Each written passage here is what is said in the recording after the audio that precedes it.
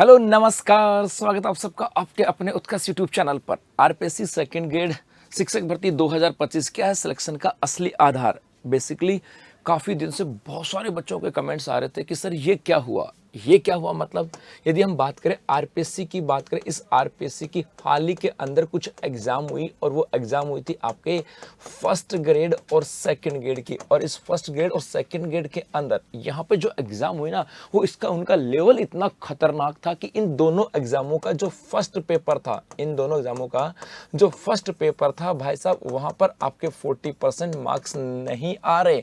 और साथ साथ इस फर्स्ट ग्रेड के अंदर तो सेकंड पेपर जो ऐसे थे कि उनके अंदर भी 40% नहीं आ रहे। और इसका एग्जाम्पल तो हम लोग देख चुके हैं। इसका मतलब है कि इन दिनों ऐसा आरपीएससी के द्वारा अपने ट्रेंड में कुछ बदलाव किया गया। आरपीएससी क्योंकि काफ़ी दिन से मांग की जा रही थी कि आरपीएससी का वही डर रहा है, आरपीएससी वैसे ही चल रही है, आरपीएससी के अंदर पेपर लीक हो रहा है, फलाना सिंह हो रहा है, ढिमका सिंह हो रहा है। तो उसके बाद में राजस्थान सरकार के द्वारा इस आरपीएससी में कुछ चेंजेस किए गए। यहाँ पे सदस्यों की संख्या को 10 किया गया और हो सकता है इंटरनली भी कुछ चेंजेस किया गया हो सकता है वहाँ पे समझदार लोगों को बढ़ाया गया कि उनको कहा होगा कि पेपर बनाओ और अच्छा खासा लेवल का पेपर बनाओ। और भाई साहब वही आपके यहाँ पर हुआ कि फर्स्ट ग्रेड और सेकंड ग्रेड के एग्जाम हुई और फर्स्ट ग्रेड और सेकंड ग्रेड के एग्जाम के अंदर ऐसी हालत खराब हुई कि बच्चों से फर्स्ट पेपर के अंदर 40% नहीं आ रहे थे। और मैं बार बार इसी फर्स्ट पेपर के ऊपर जोर क्यों दे रहा हूं, उसका रीजन ये है क्योंकि फर्स्ट ग्रेड और सेकंड ग्रेड का जो बच्चा होता है, मैं हर बार बोलता हूं, उसका बच्चा जो होता है उसके माइंड सेट होता है, उसका माइंड जो है ना इस सेट होता है कि हमें तो अपना सब्जेक्ट तैयार करना है, हमें अपना सब्जेक्ट तैयार करना होता है। वो फर्स्ट पेपर के ऊपर जो फर्स्ट पेपर होता है,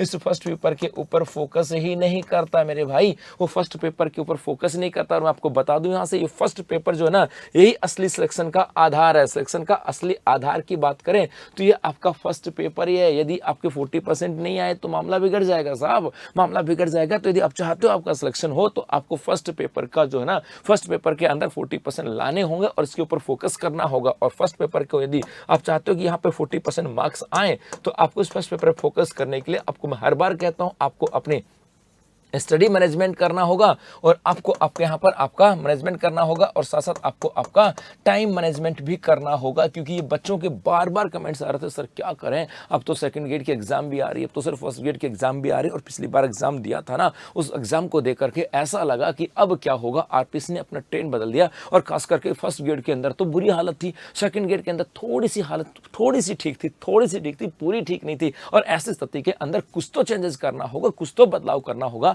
तो जब आरपीएससी अपने लेवल को बदल रही है तो हमें भी अपने लेवल में बदलना होगा। आरपीएससी के द्वारा पैटर्न चेंज किया जा रहा है तो हमें भी अपने पढ़ने के पैटर्न में चेंजेस किया जाएगा। यदि आरपीएससी ने जो प्रश्न पूछने का तरीका बदल दिया गया तो हमें भी अपने पढ़ने का तरीका बदलना पड़ेगा। मतलब पहले वो फैक्ट पूछते थे, हम भी फैक्ट याद करते थे, अब वो कथन कारक पूछते थे, हमने कथन कारक को पढ़ना चालू कर दिया। अब किसी एक बिंदु के संदर्भ में कहते हैं कि इनके संदर्भ में कौन सा कथन सत्य है, असत्य है, तो हमें उसकी चारों बातें याद रखनी पड़ेगी। मतलब पहले क्या होता था, बेसिकली मैं कहूं कि एक बच्चा 5-6 महीने तैयारी करता, होता क्या था, एक जब आपके सेकंड ग्रेड की वैकेंसी आई, एक बच्चा अपने घर से निकलता और वो जाता आपके कोचिंग के अंदर और कोचिंग में जाने के बाद 6-7 महीने तैयारी करता और 6-7 महीने की तैयारी के बाद वो सीना ठोक के कहता कि मेरा सेकंड ग्रेड के अंदर सिलेक्शन हो जाएगा। क्योंकि फैक्चुअल बातें आती थी और बच्चा फैक्ट पढ़ता था और एग्जामिनर भी से उठा के था जिसकी है ना। और वो जो रट के चला गया और जिनकी किस्मत अच्छी थी भाई, या तो रट के चला गया, मेहनत करके चला गया, या हो सकता है जिसने जो पढ़ा वही आ गया हो, कोई भी कॉन्सेप्ट हो सकते हैं और उसके आधार पर सीना ठोक के कहता कि मेरा सिलेक्शन हो जाएगा। लेकिन मेरे भाई